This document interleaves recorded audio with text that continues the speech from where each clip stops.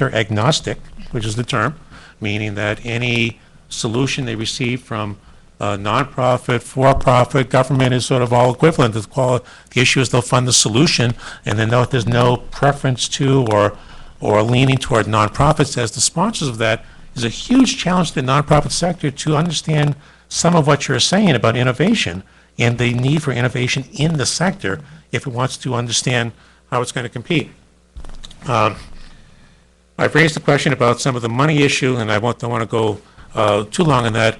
Let me raise one point that I think does get us very clearly into some public policy issues, which is that many of the examples in the book, and many examples we could have raised outside, aren't non-ideological, even though innovation, of course, is something that crosses all sectors. Many times in the book, you would refer to something and say, well, we can't get into that here, such as the education reform issue and other issues where the way innovation, and again, I'll stay with innovation as opposed to entrepreneurship, the way innovation is applied often leads to certain kinds of political outcomes that have political connotations. I mean, they lead to, many people would say they're privatizing and leaning toward a private sector model of public education.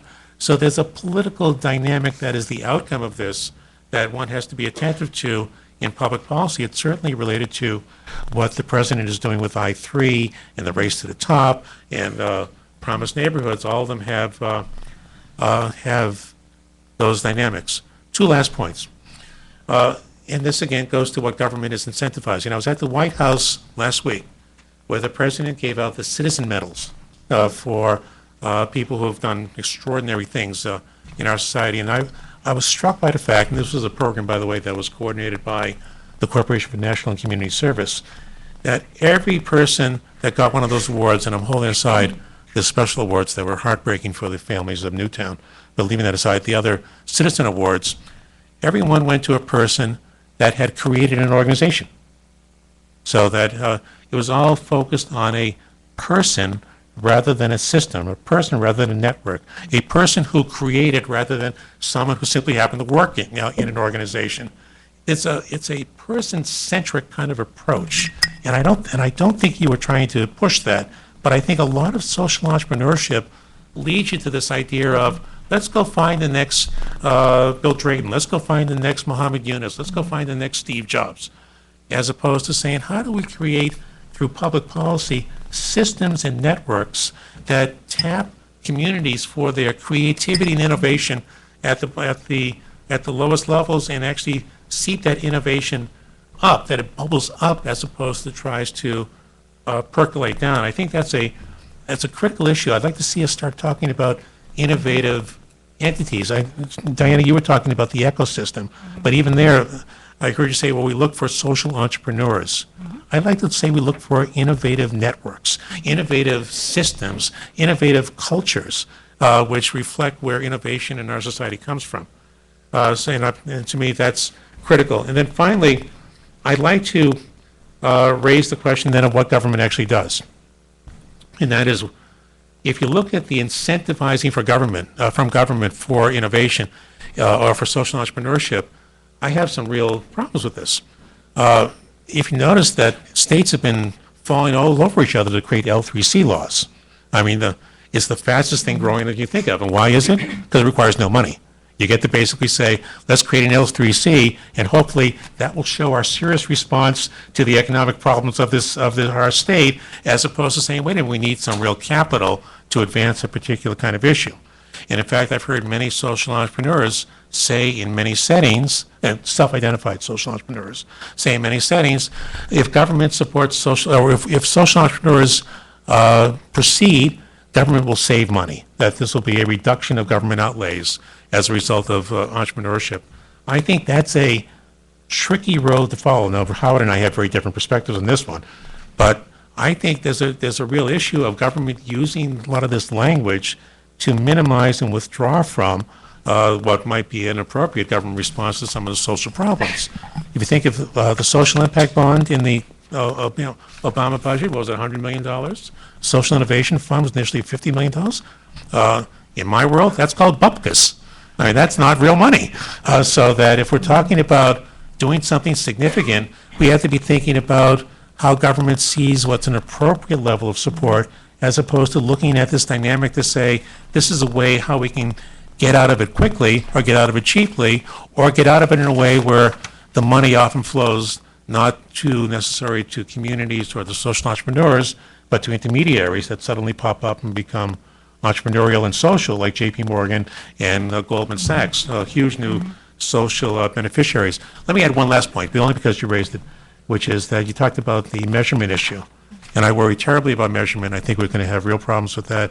My great example is from Seedco in New York, which was a great intermediary promoter of social innovation. And I'm sure Howard knows this one as well, where under the Bloomberg administration, they had a workforce job placement program where they got compensated for all their creative work in placing people, and they fudged the numbers in order to make the placements go. The Bloomberg administration, with its concern for innovation, never checked them and never expressed any desire to check. When it was revealed that they were fudging the numbers, the Bloomberg administration had to be reluctantly dragged to the table to deal with this, and they all drove out the poor whistleblower who's now in Seattle in order to start a new life. So I worry about the fact that in doing evaluations, one of the easiest things to do is to fudge your data or to fudge the evaluations, because in reality, with most social problems, evaluations lead you to inconclusive results, not huge wins.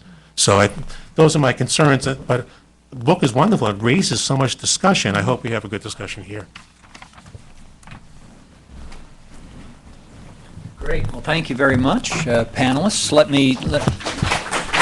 Yes, let's give them a hand.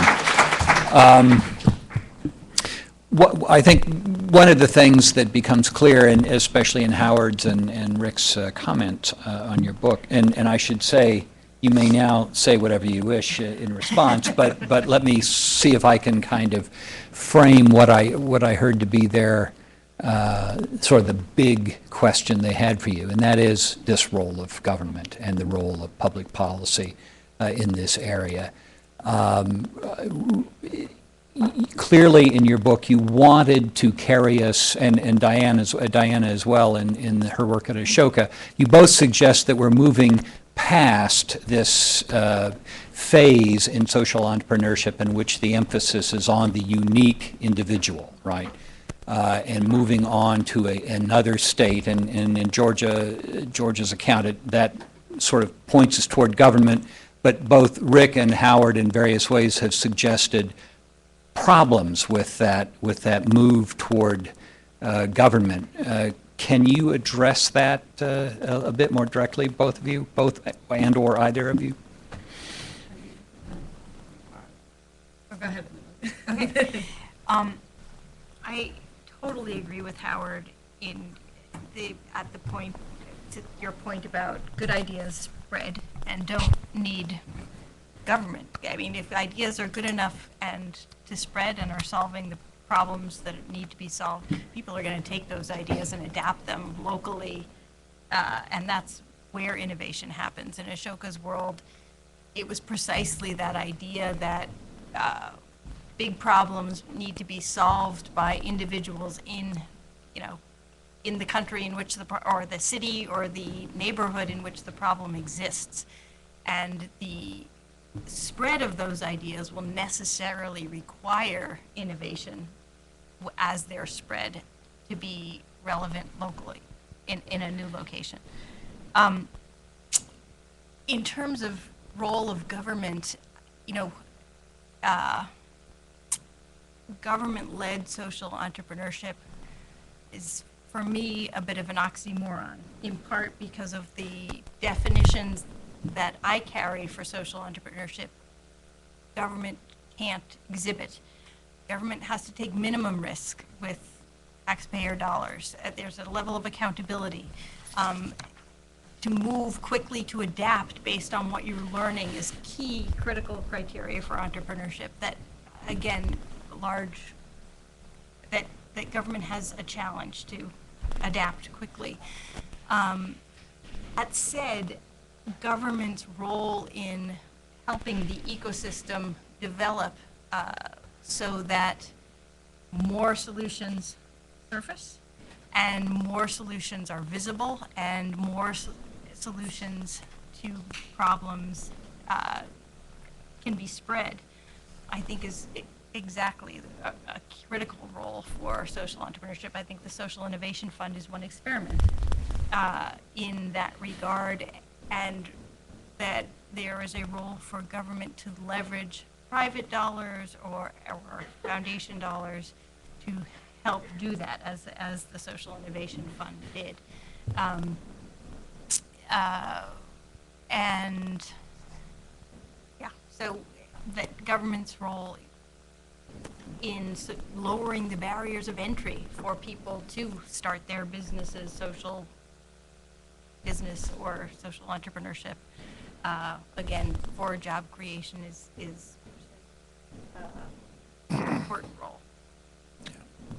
And Georgia, first of all, maybe, am I getting it wrong? Am I overstating the extent in which, in your book, you're describing a kind of a shift from this much more individualistic and government-suspicious origin of social entrepreneurship to a future, a present and a future in which it is in fact much more sort of government involved and...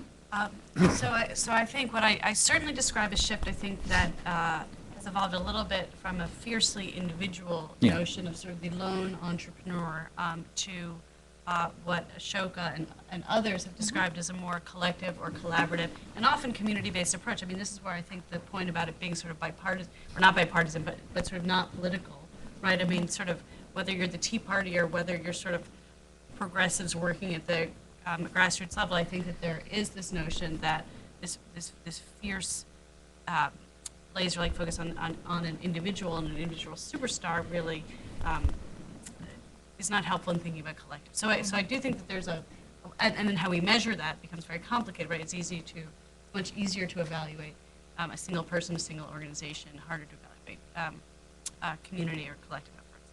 I think that's true. And in terms of the government, I mean, I sort of put the public sector piece last in the book, not because I think there's this inevitable move towards federal top-down industrial policy, but I do think, and this is to answer, I do think that the way I thought about the role of government is exactly in this sort of, well, in two ways actually. So I'd say first on the capital side, or sort of who's funding these. I agree. I mean, Howard made the point. Others have made the point that effectively the nonprofit sector is sort of a network government now, right? I mean, that many social services are effectively government funded, or partially funded, and nonprofit sector delivered. And that's an arrangement that we've seen grow over 25 years. But I'd be a little bit concerned that if we pull back, right? I mean, we'll see on Friday what happens. If you pull back all of that government funding, I am not sure that locally or nationally there is the private philanthropic support for the safety net beyond Medicare, Social Security, beyond what Howard might think are sort of basic entitlements. I think we have a larger network of social supports that rely on government funding, whether they're nonprofit delivered or even in some cases private company delivered. So that there's the capital piece. I think the way I understood, or what I was hoping to do, was think about social entrepreneurship as largely a larger discussion about entrepreneurship. And what the government can do and what the government has actually long done. I mean, LISC has been at this for, there are many, right, this conversation about how new innovation is an interesting question. But ways in which the government can use things like tax credits, can use things like regulation, but can also think about how to bring private sector actors, their capital, their resources, their energy. And there's a reason that the Small Business Association is now focusing on all kinds of incentives for startup activity, social entrepreneurship or otherwise, because that's where a lot of new job creation takes place. And so I think that thinking about government as again, this is very jargony, but it's sort of a catalyst rather than, it's not picking winners so much as saying, right, I mean, government recognized 20, 30 years ago that we didn't have enough capital for startups of any kind, venture capital, private equity, right? And we put all kinds, we looked at ERISA, we looked at tax incentives, right? We only tax capital gains at a very low rate in order to encourage those types of credit and capital to flow. And I guess as I sort of thought about social entrepreneurship, it was linking it up with that type of role of government. I mean, I can talk more, but I think, as I anyway, I'll leave it there. I'll reopen Yeah. it up, but I had in mind, and I addressed the L3Cs and the B corporations and all of those because I think they're interesting. I know this is being recorded, so I should be careful. I don't think that those are these widespread solutions to anything, really. I mean, I think that they're interesting. But they're happening at a very small scale in a handful of states. I think there's excitement and enthusiasm. Why I think they're interesting, because I do think they raise this larger question of what we mean by fiduciary responsibility. So the reason they exist is to protect companies and to protect managers and early investors from sort of shareholder revolt if you're purchased or acquired or you go public. But I do think that it's an interesting question about allowing private sector companies to take a longer term view of their role in the products they create or the services they create in a way that we don't always afford them now. So I can get more into that discussion. Yeah. But I don't think, I am not a fan of sort of top-down legislation of the way entrepreneurship is supposed to be picking winners. That's not how I envision a public policy. Howard, Georgia makes an historically sound point, which is, government has been steering the private sector in all sorts of ways over the years. Can you distinguish the kinds of interventions, by government in the private sector that you regard as legitimate and necessary, and what you seem to be suggesting is not necessarily legitimate and necessary? I mean, you're clearly in this area of entrepreneurship, you have serious reservations about government involvement. Why that? What is it about this particular field that should protect it from government involvement? I think the cultures of, Diana put it very well, I think the government is risk averse. Mm-hmm.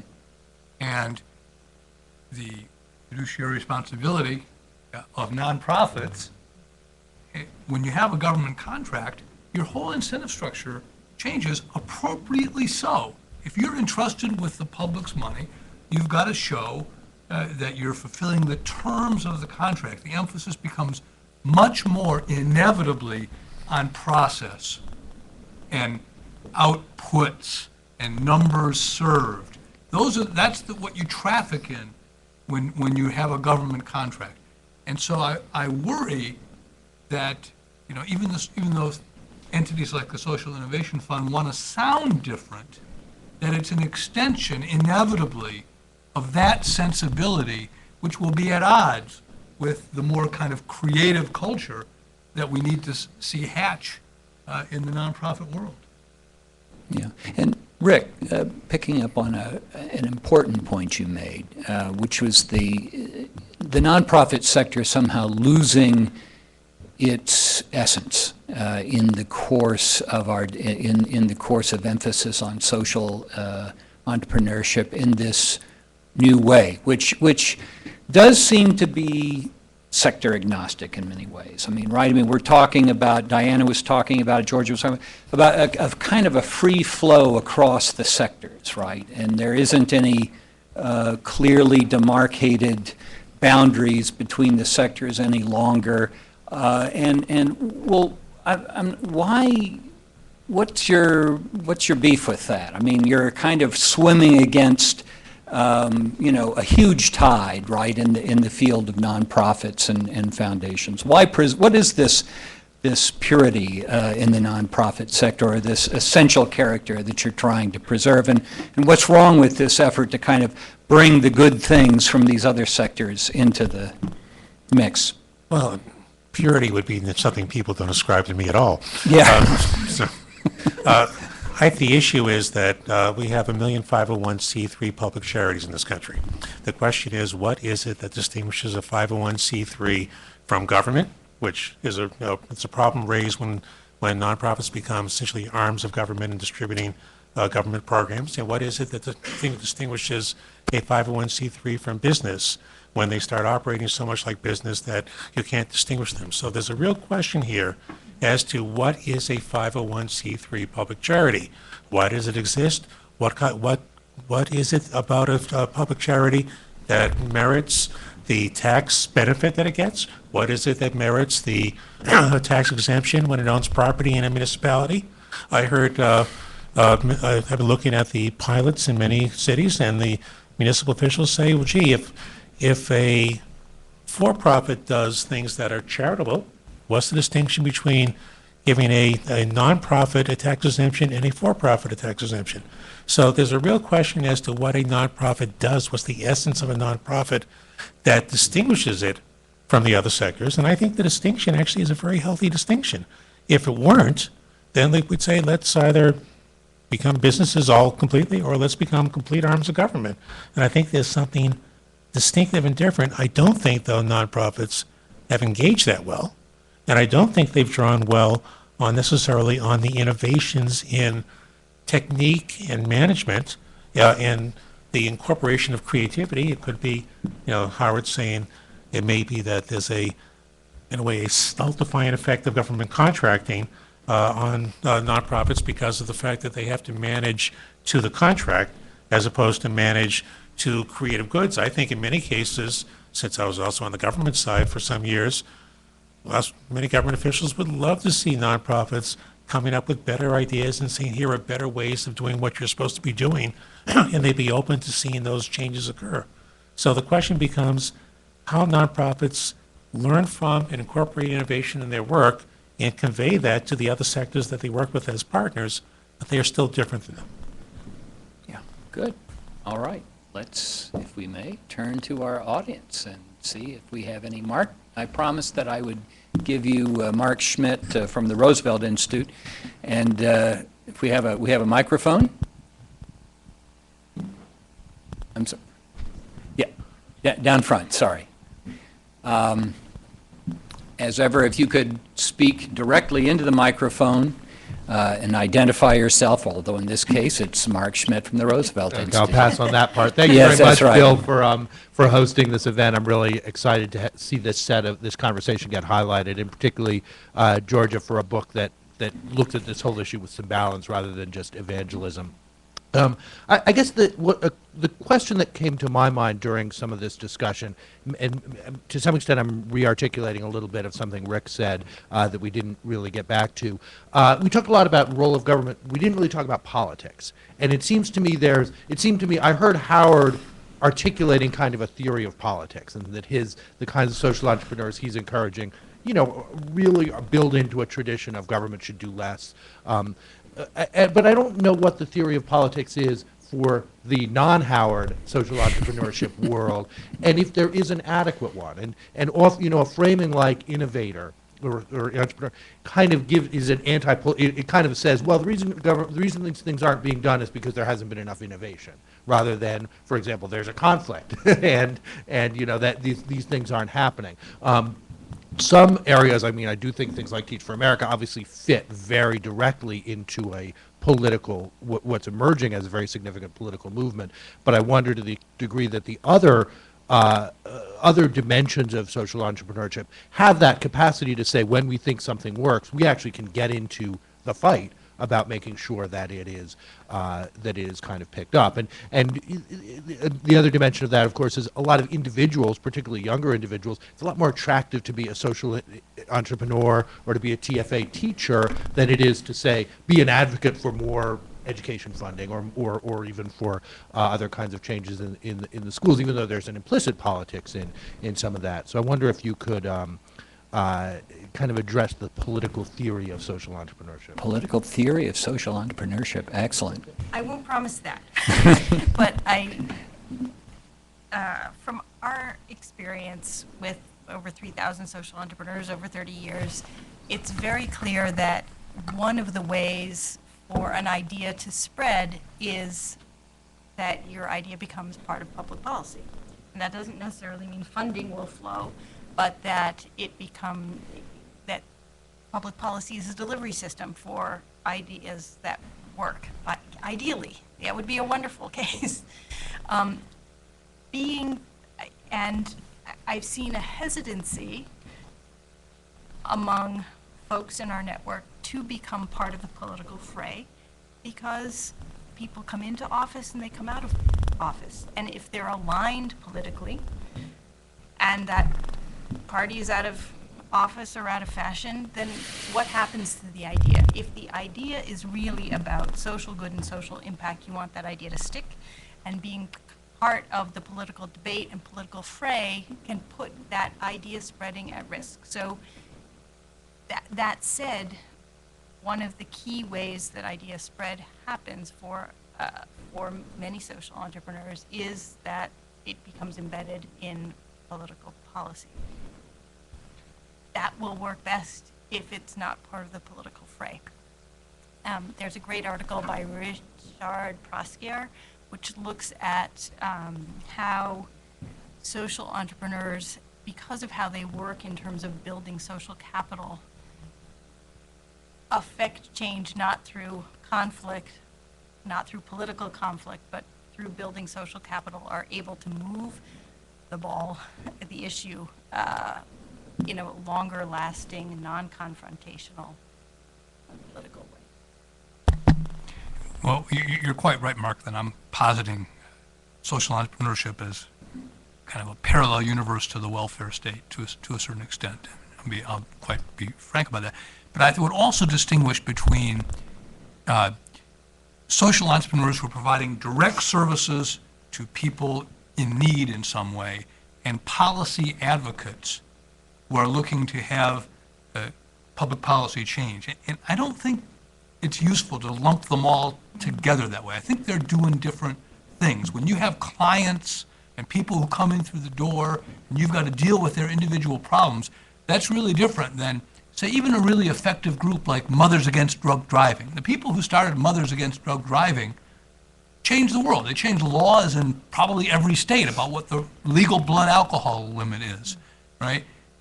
Were they social entrepreneurs, or are they policy advocates? I think it's more useful to think of them as policy advocates, just so we don't lump everything under this term social entrepreneurship, so it means nothing at all. I wouldn't lump everything under social entrepreneurship, but the sector and the organizations are much more complex and they're multifaceted. So it's very hard to identify where the boundary lines are.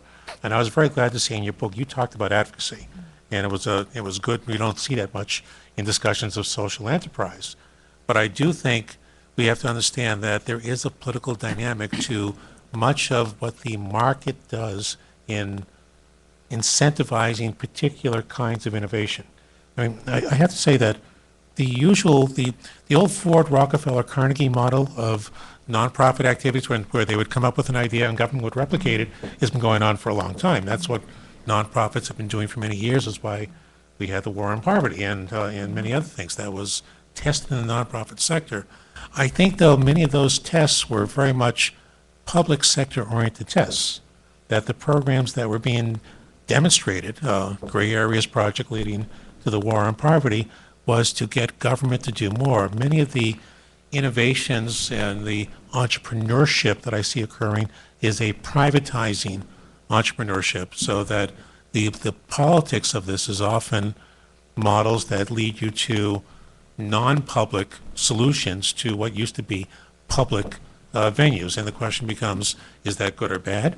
Do you agree or disagree? But I think that is a political dimension here that can't be ignored. So when TFA or cities, when TFA is connected to other organizations that are advocacy organizations like Students First and others, there's a political dynamic that can't be ignored in terms of where the leaning goes.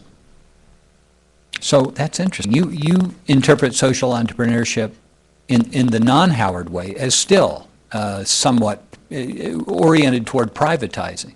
Interesting. Howard and I often agree on things. We just come at them completely differently.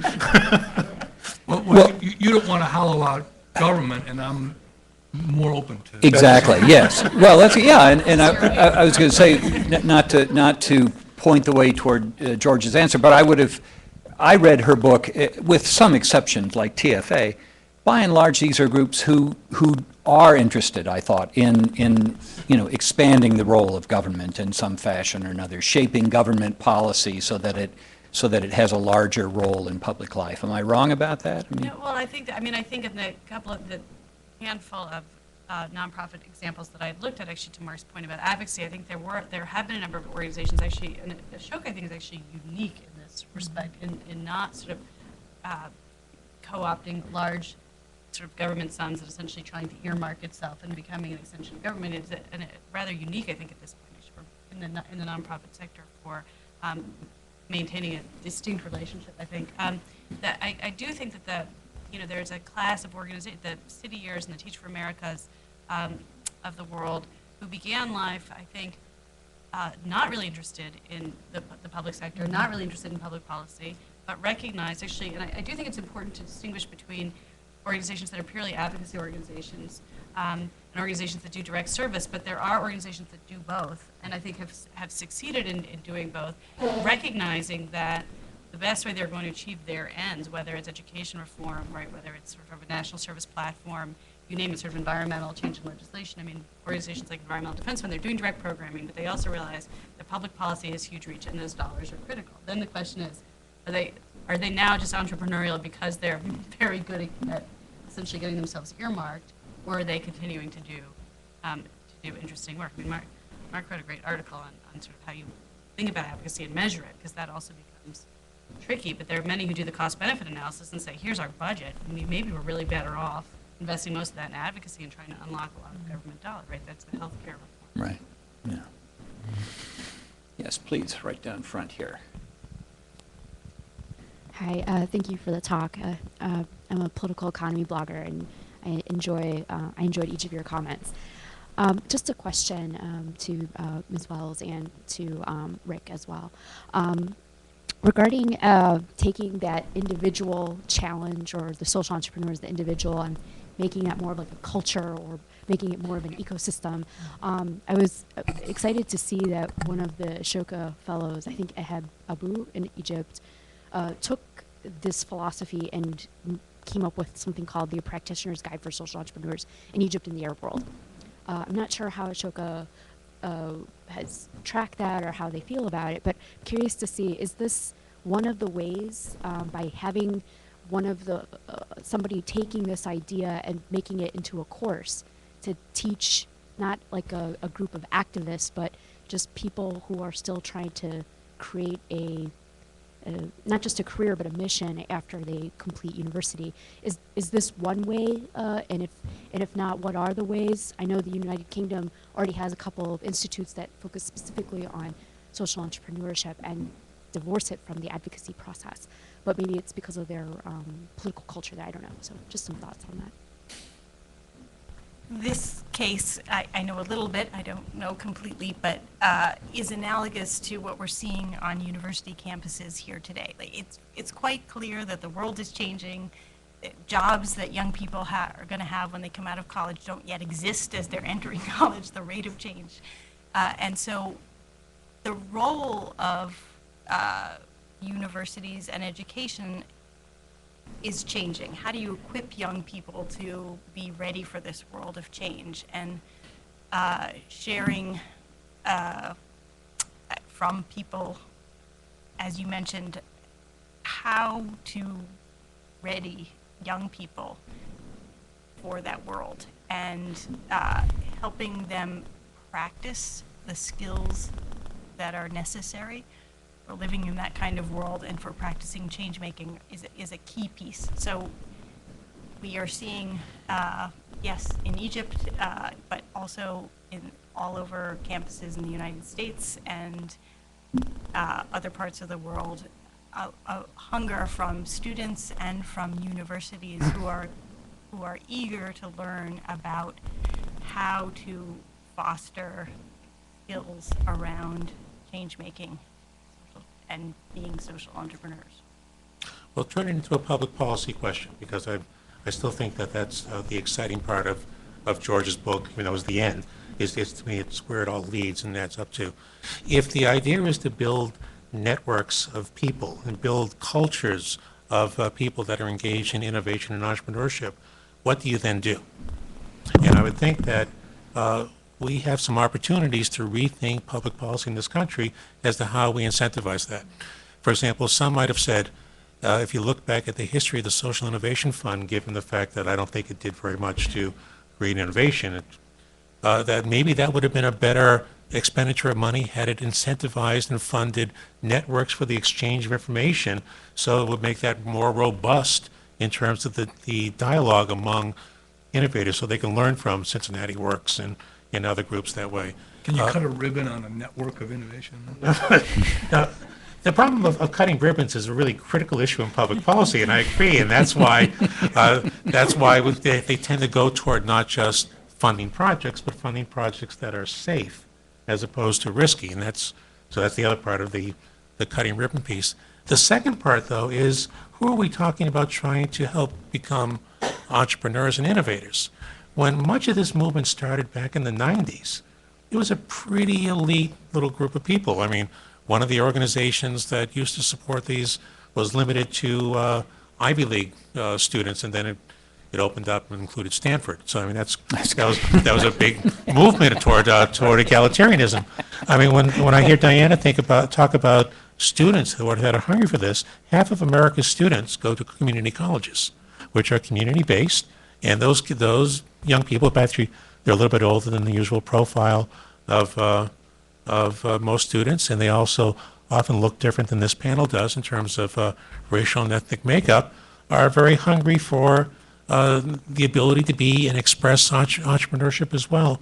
Yet we often don't have anything that taps that network of 6 or 7 or 8 million students that could be incentivized to be innovators. So I think we should be thinking about how do you build those networks through public policy? How do you provide support? And how do you reach out to people that don't typically make it into the elite discussions of entrepreneurship? It would be interesting to hear from the panel a bit more about this notion of, I mean, there is a certain sort of Ivy League characteristic to certainly the early entrepreneurs. I mean, these were folks of a certain class orientation and so forth. And the first organizations came out of that whole approach. Rick is suggesting there might be, a more democratized approach than Diana. I think you were getting at some of that as well. Georgia, are you ready for some of that as well, or I mean, what's? Yeah, no, I mean, absolutely, and I think that this is why, in thinking about a very different model that's not focused on sort of these elite, very fancy entrepreneurs, but rather really community level work, also community. I'm trying very hard to avoid jargon because it's sort of a meta conversation, but the solutions, identifying the problems and then coming up with the solutions to the problems at a very local level. And one thing we haven't talked about, I'm loath to suggest that technology is the solution to this, and I'm actually just reading this, what is it, the problem with technological solutionism, the new click here, save everything, right?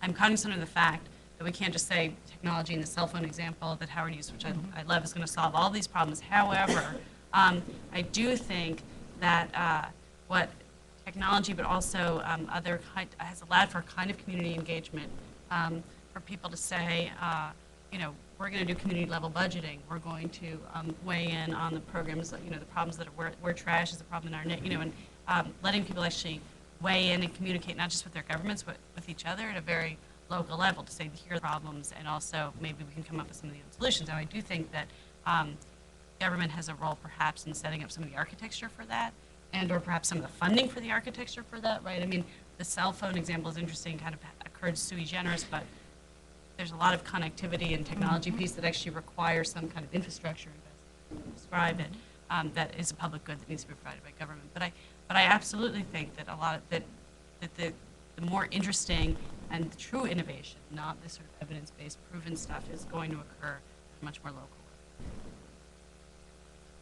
level. Yes, please. I'm sorry, sure, let me, and then next one.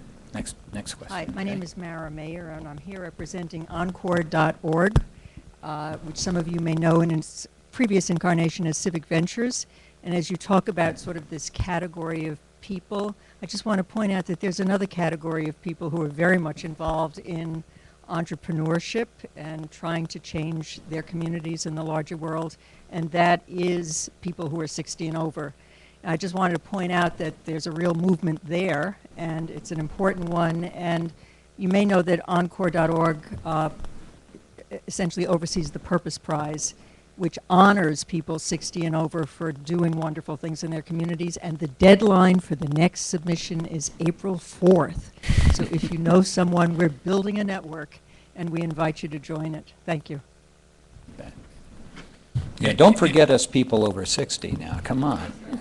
I have no personal comment on that. I would just say that I actually link that to the discussion about Ivy League-led social entrepreneurship. Yeah. There's just a great Tocquevillian tradition of people in America starting interesting organizations all over the country, and even if they weren't evaluated by consulting firms and started with elaborate business plans. And going through business plan competitions, they can still be really, really good. Yeah.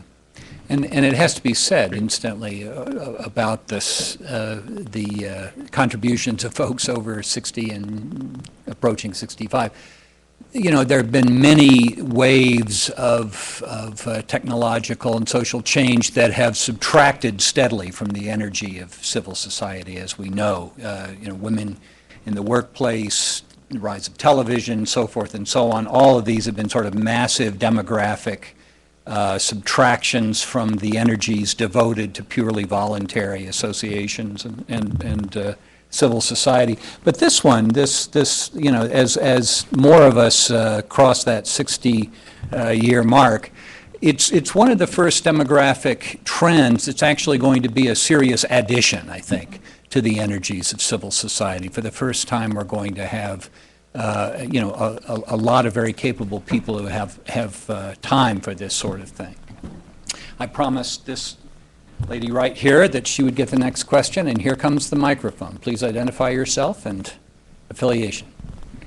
I'm Lois Tett, president and founder of MYriad, which is Majority and Women-Owned Businesses. I am, I believe, a social entrepreneur, and I will point you to two others. There's one in California that was anointed by Clinton for his innovative programs for high school students, which at that time he let them use it for $25 to get into it. Those youth were making six figures after shortly enrolling in his program. I think that's a social entrepreneur. I'm not sure. Another one right now that is doing something is Comcast. Comcast has a program called Internet Essentials, which the qualifications are to be a student enrolled in school and on the free lunch program. They're trying to spread the word out wide. They will give them the computer, or help them get the computer, and pay $10 a month for the internet. But the only hangback is they cannot be a customer of Comcast. If they are, then they have to wait 6 months, and I think that may shoot it in the foot because a lot of those kids have Comcast. So, and finding money, following the money, broadband, been talked about for weeks in our neighborhoods. Comcast has found a way to package this. I don't know that government is involved. Comcast got enough by themselves, you know that. Time Warner had a program looking for IT youth in high school getting ready to graduate. Sent somebody up there. He got connected, and he's in the community teaching and going on with his business. We have to find a way to connect them ourselves. We cannot rely on government. It'll mess it up because it's too much paperwork, takes too long. Singing Howard's song, I suspect. How about that? But are there opportunities, and I'm going to go back to something that I think Georgia touched on as well, for innovation in governance, in the way government actually addresses problems, so that when this woman says, oh, it's too much paperwork, and listen, and the reason we go toward private sector models is because the private sector can be faster and more flexible, or Howard would say, private sector won't be as risk averse as government. Are there innovations that you're seeing as entrepreneurship in the way government functions as a governmental entity that takes it more toward a creative, flexible effective posture without losing the fact that it's government serving people who in need. Rises. Yeah, well, I mean, this is a huge topic, and I think when I started looking into social innovation in the public sector and what exactly that meant, and whether the stuff the Obama administration was doing with open gov and open innovation, open government, was this, and I tried to understand what is this? Is this innovation funds, or is this really kind of reinventing government redux? And I think it's a little bit of both. I do think that this notion that and the more interesting, I actually think the more interesting examples are taking place at sort of local government, and that's why I use some of the. I live in New York City, so I didn't have to travel too far. The group budgeting thing, for right, example. but That's right. exactly. So, but there are many interesting examples beyond the Bloomberg administration. But I do think at the neighborhood and the local level, and some of it's technology enabled, and some of it's just not. I mean, some of it is just kind of citizens reclaiming their role in seeing themselves as citizens beyond voting. So that might be in the budgetary process. That might be engagement with the schools and some of the education reform, but happening at a pretty local level. I do think, and some of it's jargon, but some of the examples that I did like the Obama administration is at least thinking through is trying to bring entrepreneurs into government. So someone made the point earlier that sort of these young, youthful idealists from across the political spectrum may go into the nonprofit sector, are keen to go into social enterprise or the private sector, but who is bringing talented young people in a deliberate, conscious way into government, sort of with an entrepreneurial orientation? I think we are seeing some of that, but I think still not sufficiently sort of consumer-oriented or consumer-facing.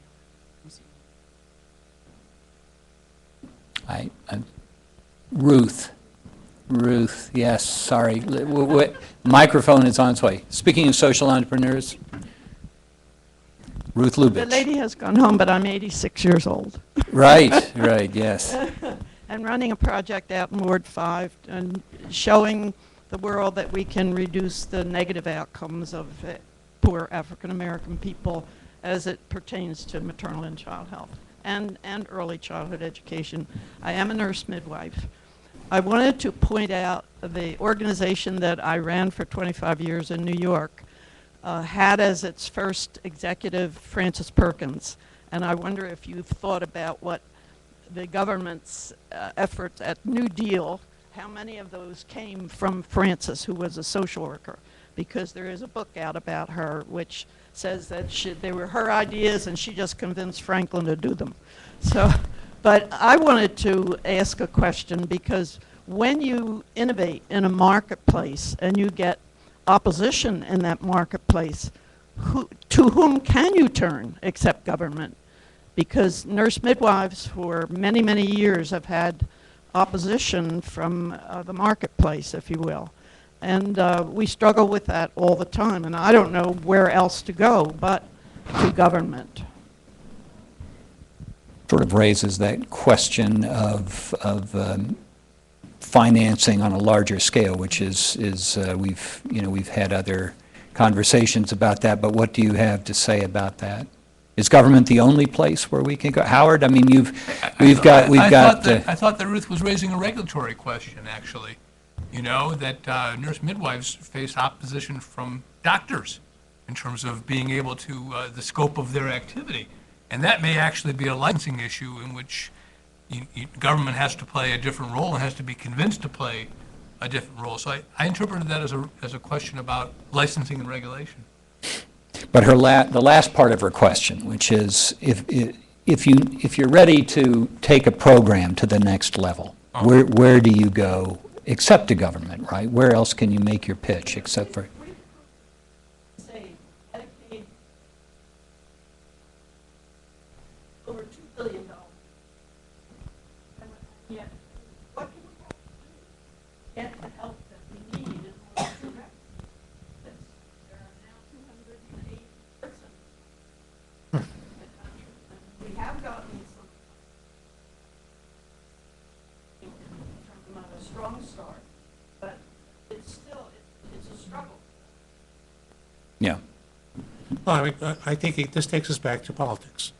I mean, I work with a nonprofit dental group in Alabama, that has a model of dentistry which is actually costs less to deliver than government-assisted dentistry. They could actually say, well, these are techniques we could have government replicate, and there's resistance from the dental industry, which advocates with government, which protects the interests of dentists, so that there is always a political dimension to much of what we're doing, which is why I find the separation between groups as service deliverers and advocates to be a little bit problematic, because there's no way you can just be a service deliverer without being able to advocate as well for the model that you have and why government should be open to it. Yeah, well, I'm sorry, I got to get one more question in, and Georgia first, why don't you go ahead and... No, did you- I was sort of half smirking, but I think actually, this is where this sort of evidence-based discussion is useful. I mean, if you really, right, I was going to sort of joke that you really should, that this kind of maternal health question should hook up with the social impact bond folks, right? Because to the extent that there are sort of evidence-based proof of substantial savings, right, for these kind of interventions, I mean, this is exactly what some of this new social finance, whether it's coming out of the philanthropic sector or some combination of sort of government policy with philanthropic capital, I mean, that's the kind of stuff they want to fund. You know, they're not, and this is true in a whole range of preventive services. I mean, I'm also half smirking about the dentistry stuff, because the greatest interest in the mobile dentistry and the Medicaid dentistry industry actually is coming out of the private equity industry, right? I mean, if there's proof that there are savings here. It's not coming out of a dental establishment, is it? No, that's right. But there are actually private actors who are willing to get involved. Alan. Alan, this is Alan Abramson, George Mason, right? And he brought his class in social entrepreneurship along today. So for all of you academics watching over live stream, YouTube, whatever that is, you can do what Alan did and bring your class to these sessions if it happens to fit your syllabus that day. Thank Alan. you. Thanks for having us. George, a question for you. If you did believe there was a public policy role in terms of supporting social entrepreneurship, and you might think the social innovation funds might have been phase one, or the most recent phase, America Forward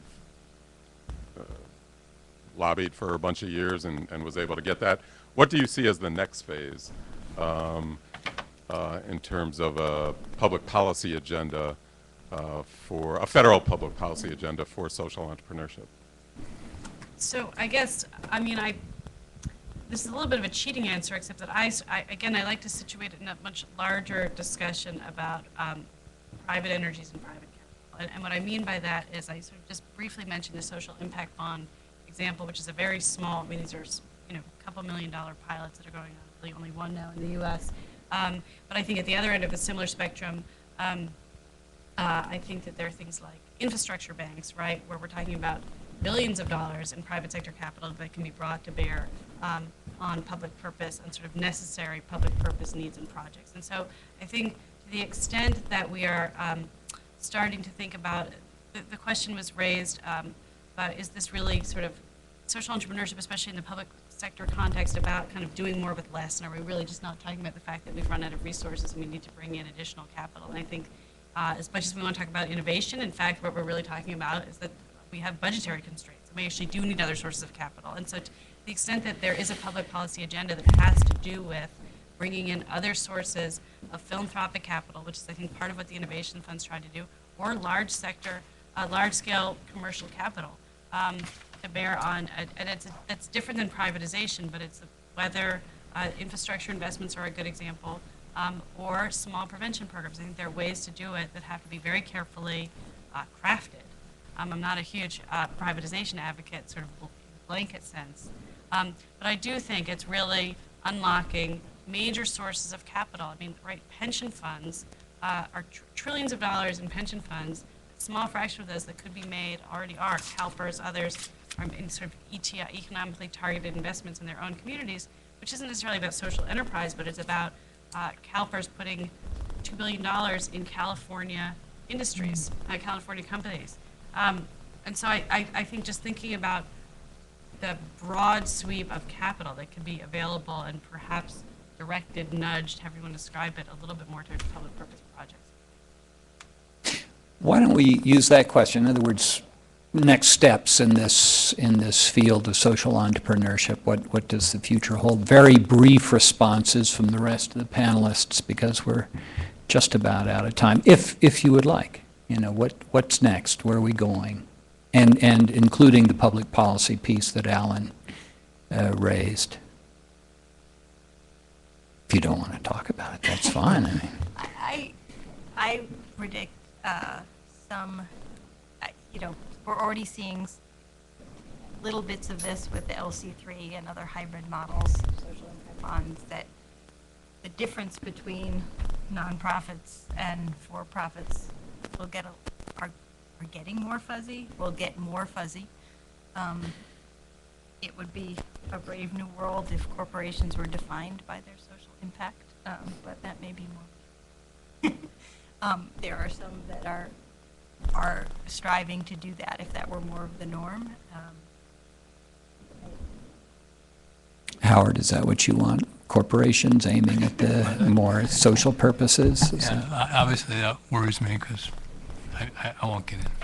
I already said my piece on that. Right. But I think what I'd like to see is for philanthropists to try to make clear that there are some big goals. I think the reason that people look to government because they want to do big things, and they don't know any other way to do big things. And I think it's incumbent on those of us who think that government isn't working that well in doing those big things to come up with alternative approaches to convince the public that there are other ways to do those big things.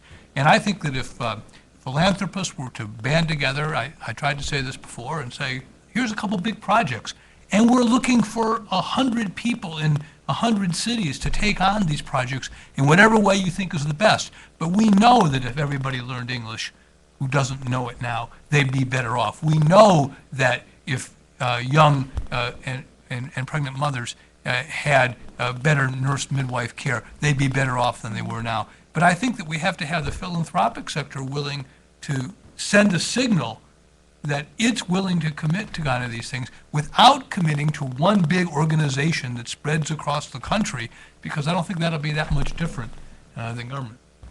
Rick, last word.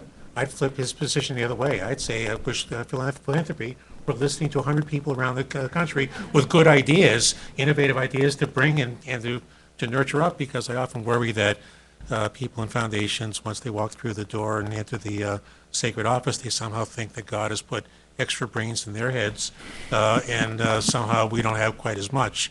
But I think on a public policy perspective, I would think that the key thing now is to build that infrastructure for the exchange of information and the sparking of networks for the kind of creative exchange that I think you're talking about with democratization, because that's where we're missing huge swaths of America in these programs. I mean, much of America is not a participant in this whole dialogue that we're engaged in. Much of America is not a dialogue in much of anything, not in dialogue in much of anything, if you read Politico and other newspapers.